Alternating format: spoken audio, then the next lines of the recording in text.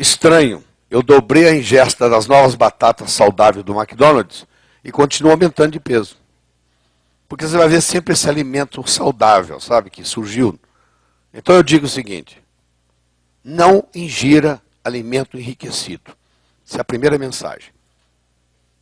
Ah, isso aqui é enriquecido com vitamina D2. Vai nessa não. Isso é esqueci, sucrilho é enriquecido com ferro.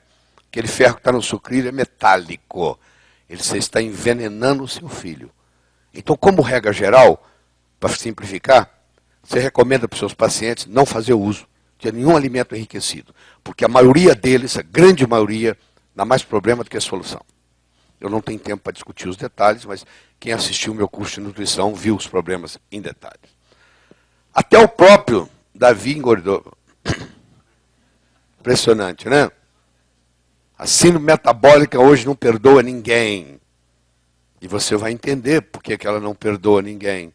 E você vai ter uma surpresa. Não sei se é agradável, mas você vai ter uma surpresa aqui comigo. Estou em um programa de perda de peso, já por 6 semanas. Sério? Quanto você já perdeu? $500. É mais ou menos assim. É a verdade. Claro que emagrece por um período. Aí engorda de novo. Né? Mas o médico faz tudo para fazer com que permaneça magro. Mas a natureza sabe como é que é. Volta. Então vamos ver como é que a gente pode mudar isso? Vamos ver.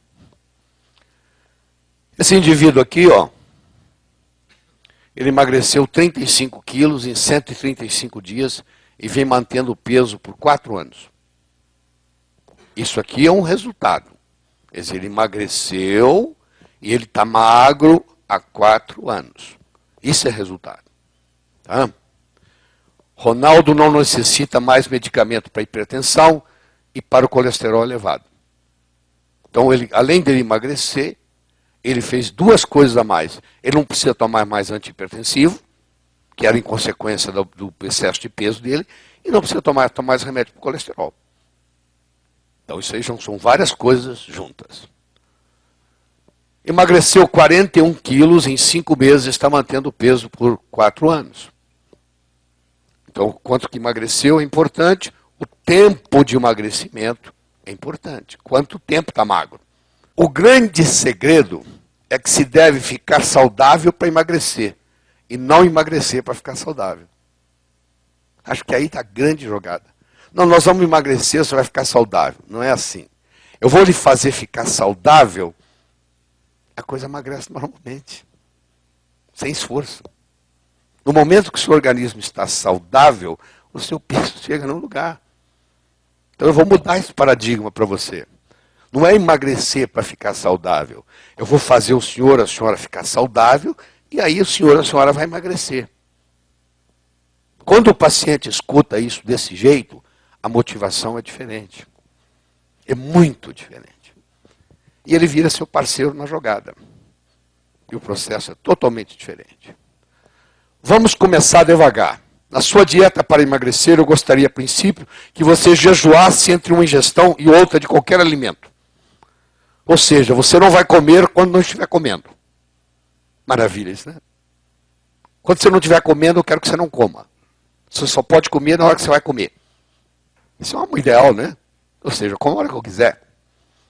Isso deveria ser a medida. Só que quem fizer isso não mantém. A não ser que ingira a coisa certa.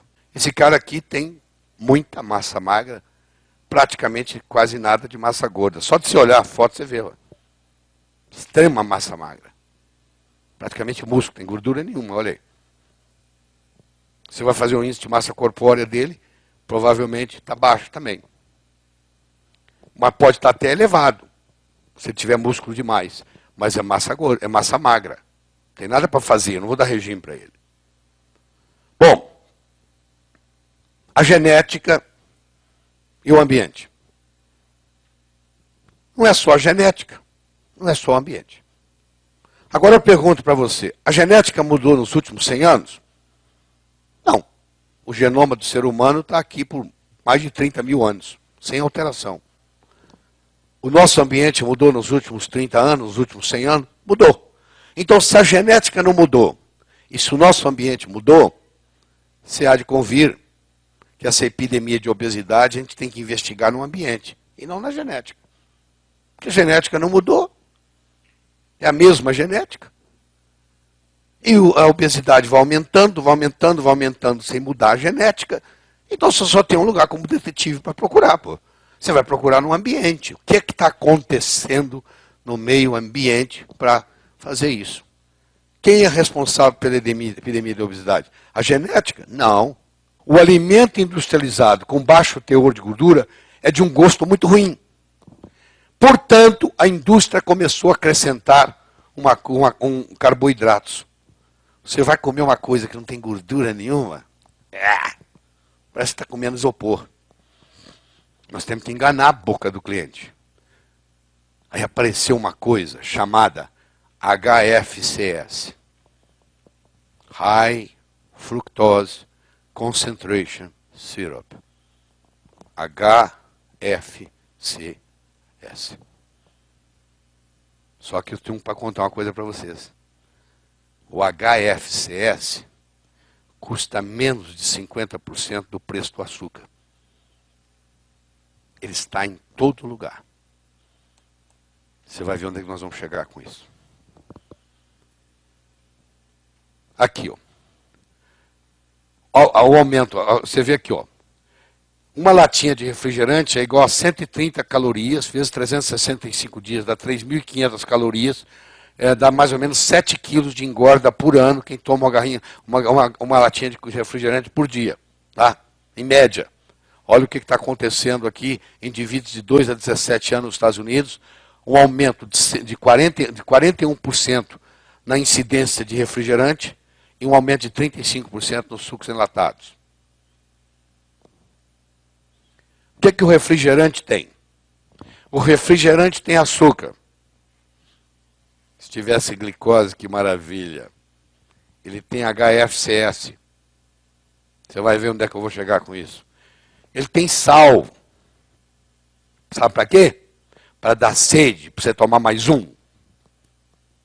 Deu para entender? Então eles põem sal. E se eles põem sal, eles têm que pôr mais açúcar. Porque senão o refrigerante fica salgado. E eles têm cafeína. Que tipo de açúcar existe nos refrigerantes? O açúcar da cana ou aquele que custa 40% do preço? Aquele que custa 40% do preço. Por que eu vou usar um açúcar 50%, 60% mais caro? Eu vou usar o HFCS, o High Fructose Corn Syrup. Eu vou usar o xarope de milho com alta concentração de frutose. Xarope de milho com alta concentração de frutose. É barato. Eu posso encher à vontade. Além disso tudo, tem um problema do pH que eu nem vou discutir porque eu não tenho tempo, tá? Mas um refrigerante conhecido seu aí, ele tem um pH de 2,5. O pH do sangue é 7,35. A escala do pH é logarítmica. 2,5, 3,5, 10, 3,5, 4,5, 100, 4,5, 5,5, 1.000, 5,5, 6,5, 10.000, 6,5, 7,5, 100.000. É mais ou menos 100.000 diferença em concentração de hidrogênio entre tomar um copo de refrigerante e tomar um copo d'água. 100.000. Sabe lá o que é isso? Diferença em potencial hidrogênico. Então é o seguinte. O que é o HFCS? Primeiro, ele é mais doce que o açúcar. E segundo, ele é no mínimo, 50% mais barato. Bom, se ele é mais doce que o açúcar, ele é 50% mais barato, para que eu vou usar açúcar? Eu vou usar xarope de milho com alta concentração de frutose. Tá? E as pessoas hoje consomem em torno de 28,5 quilos por pessoa por ano. No mundo. O Brasil não sai dessa, não. Eu vou mostrar para você como é que funciona. Mas o que é o xarope de milho? O xarope de milho, ele tem 55% de frutose e 45% de glicose. Você lembra que a sacarose é 50-50. Aqui ainda é mais frutose ainda do que na sacarose.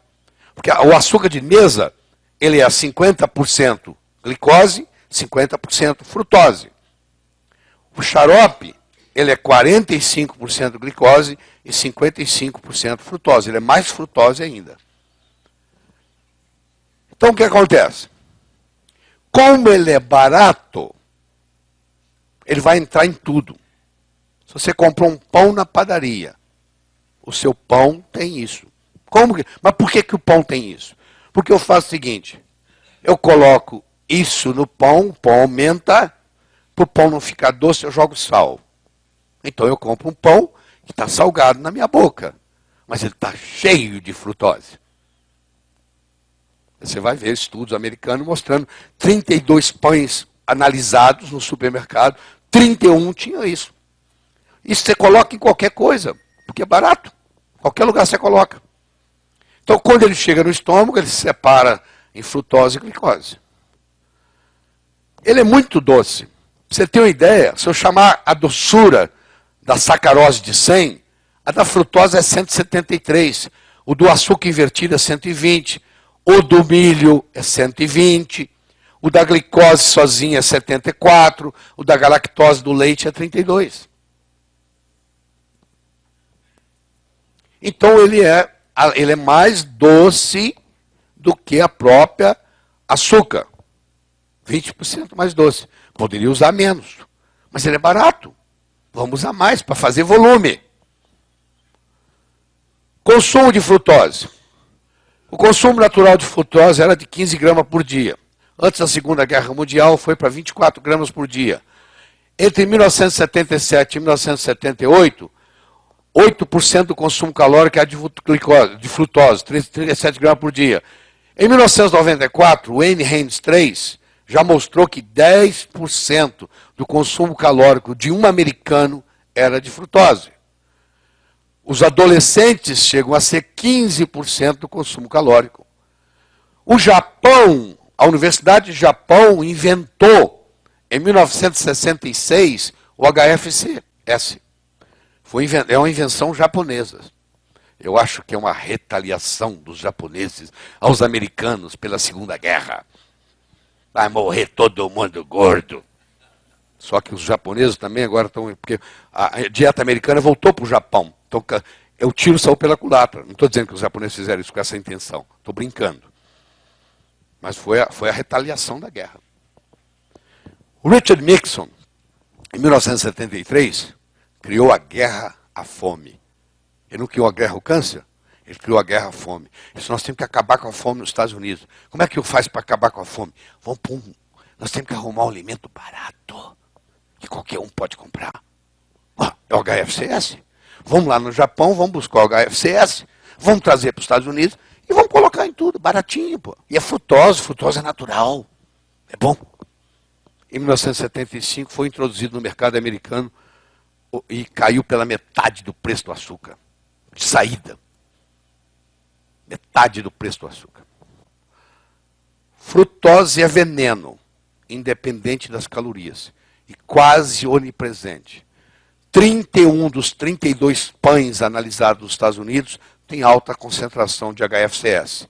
Isso está em qualquer molho que você quiser no restaurante, qualquer molho que você comprar no supermercado. O suco que você compra, querido, aquele docinho, não é da fruta. Você viu lá atrás que não é da fruta. Aquilo ali é HFCS barato que é acrescentado. Tá bom? E mesmo que não tivesse o HFCS, a frutose é um veneno. Só que Deus criou o veneno e o antídoto. O antídoto da frutose é a fibra. Você comeu uma fruta, você comeu uma maçã, que eu aconselho você comer aqui na hora que você sai, passar aqui e pegar uma maçã, ou uma pera, o que seja. Isso aqui, ó, já vem com antídoto pronto. Esse você pode comer, porque vem a frutose e a fibra. A fibra vai administrar a frutose. Todo o seu pó, até o final, até na microbiota intestinal. Agora, se você ingere o suco de pera, aí você criou um problema. Porque você destruiu, ou o suco de laranja, você espremeu a laranja, a fibra ficou lá. E você toma um copo de laranja de manhã, porque você gosta de uma dieta saudável. É lindo. Isso é lindo. Querido, você está tomando veneno. Não, eu na hora do almoço, eu gosto de um suco de laranja. Eu não tomo refrigerante. Maravilha. Primeiro, se você tiver mais de 40 anos, eu te aconselho a não tomar nem água na hora do almoço. Porque o seu ácido clorídrico já é pouco. Na hora de você comer, você come. Na hora de você beber, você bebe. Não beba quando estiver comendo, não coma quando estiver bebendo. Essa é a regra que eu ensino. Você tem 25, 30 anos, não tem problema. Mas você já passou dos 40, querido? É o seguinte, ó, na mesa eu não tenho nada. Quando eu estou comendo, eu estou comendo. Quando eu estou bebendo, eu estou bebendo. Eu vou beber um suco, uma vez ou outra eu bebo. Não estou dizendo que eu não vou beber. Ou uma vez ou outra. Que frequência que você me vê bebendo suco, Nelson? Você que almoça comigo com frequência. Rara a última vez você lembra, né? E você pensa que suco é saudável. Você dá para os seus filhos. Você vai ver o que acontece no fígado daqui a pouco. Você vai ver por que está tendo esteatose hepática não alcoólica. A epidemia que mais cresce no mundo.